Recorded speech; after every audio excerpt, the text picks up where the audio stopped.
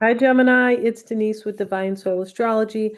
And today I'm here to talk about the horoscopes for the month of May. And this is like prior, to the sun being in your sign, right? So right now the sun is in your 12th house of endings and release. And so it's interesting because we have the full moon in Scorpio, which was yesterday. And that is May 1st, yesterday. And that's about transformation and endings as well and rebirth. So there's always when the sun is going to enter your sign, which will be on the 20th. Before that is there's always some type of rebirth for you or something that you're letting go of. You could be regenerating something really, but it's usually about kind of releasing something. The 12th house, Taurus is, your 12th house of endings and release. So if you want to see the full moon in Scorpio, um, really, and you can see that that's happening in your sixth house of health, work, and obstacles and daily affairs, things like that. I have a full explanation in that reading for you, the full moon in Scorpio. If you want to see also Uranus entering Gemini, and that is your sign, right? That just happened a few days ago on the 26th. And so that's going to be there for 7 years. So that will be very important in your first house of self. Yes, I have a Gemini rising, so I'm feeling it, right? Feeling that change. And Uranus wants to help us out. It really does. Usually by way of kind of making us see something, sometimes in an unstable way. But that's okay because we all need growth and things like that, innovation, right? The sun is in your house, Gemini, for the first 3 weeks. We kind of talked about that, right? And the sun is ruling your third house of thinking. Yeah, that's in Virgo, is it, Gemini? The sun is ruling your third house of thinking. Um, where do I have this here? Yeah, the sun is ruling your third house of thinking, communication, plans, and goals. Um, yeah, that is in Leo, though.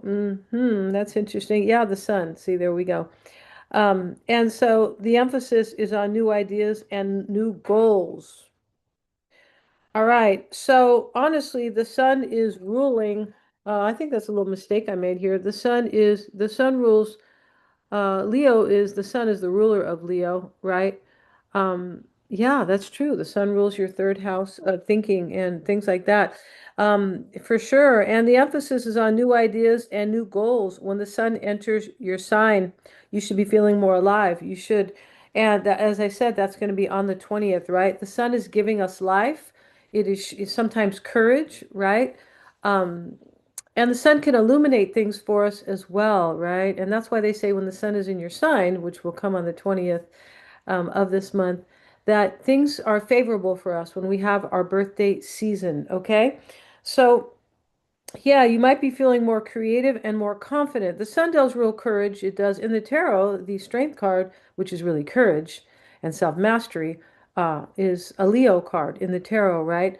And Leo rules the heart, the sun, entering your sign rules the heart and your talents and things like that as well. So you could be feeling more creative when the sun enters your sign. We have natal Mercury, yeah, is conjoined with Chiron on May 2nd. That's today when I'm doing this recording. And natal Mercury is conjoined with Chiron with the sun as well on May 14th. This is helping you to purge old ideas. Um, yeah, interesting. Old ideas. Chiron is in your 11th house of future aspirations. Chiron is about healing. It can be about reflection and kind of understanding intuitively that, this is not good for us.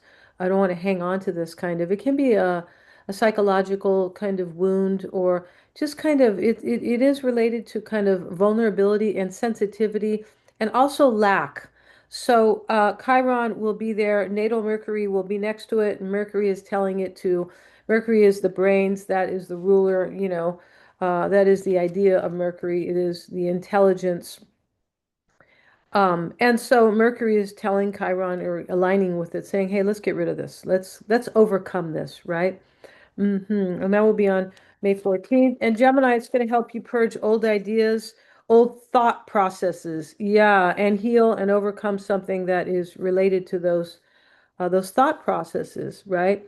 Oh, processes, right? We have Mars and which is our will to act also aligns with Chiron on the 16th. So Mars is giving us the courage to do that.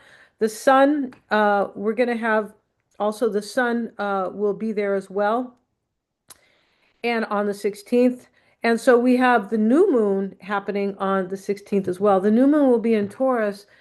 You know, the new moon is really going to be representing those endings, right? Because it's in your 12th house, the sign before you, your 12th house of release, right? So Mercury is there with Mars and the Sun all around the same time, around the middle of the month. And so this is going to all support these new ideas or the way you think about something.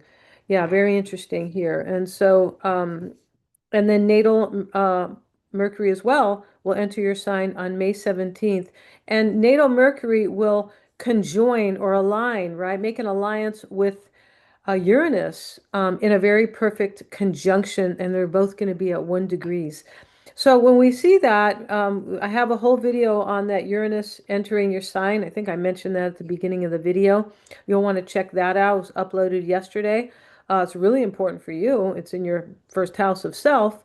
But, you know, your natal Mercury with Uranus, this is going to be, you know, helping you with inventive ideas, innovation, right? And innovative ideas for change and for the future. Uranus is associated with the future and progress, but also disruption, disrupting these old beliefs or old whatever we have that are even old foundations and you know, old establishments, or you know, it can be groups of people sometimes that no longer really support us. It can be our ideas, you know. Uranus is associated with the social aspect, but also our ideas and also the spiritual dimension. So we're going to have that that very tight conjunction. It's called a perfect conjunction. And Uranus in your sign since the 22nd is forcing change on you, Gemini. You can see that video, right? And for everybody else, depending on what house it is in for you, especially in your natal chart. I don't have your natal chart here, so I'm not able to really, you know, speak personally to you. If you like a reading with me, you can see my website that's listed below, right? Sure. And so we also have Mars that is supporting your house of endings as it enters Taurus on May 18th, Gemini. So there's a lot of change here for you, you know, I mean, even with Uranus entering your sign, but there's major change for you. The sun enters your sign on the 20th, and it's always going to be something favorable for you during those 30 days, right? When the sun is in your sign, the sun is shining on you.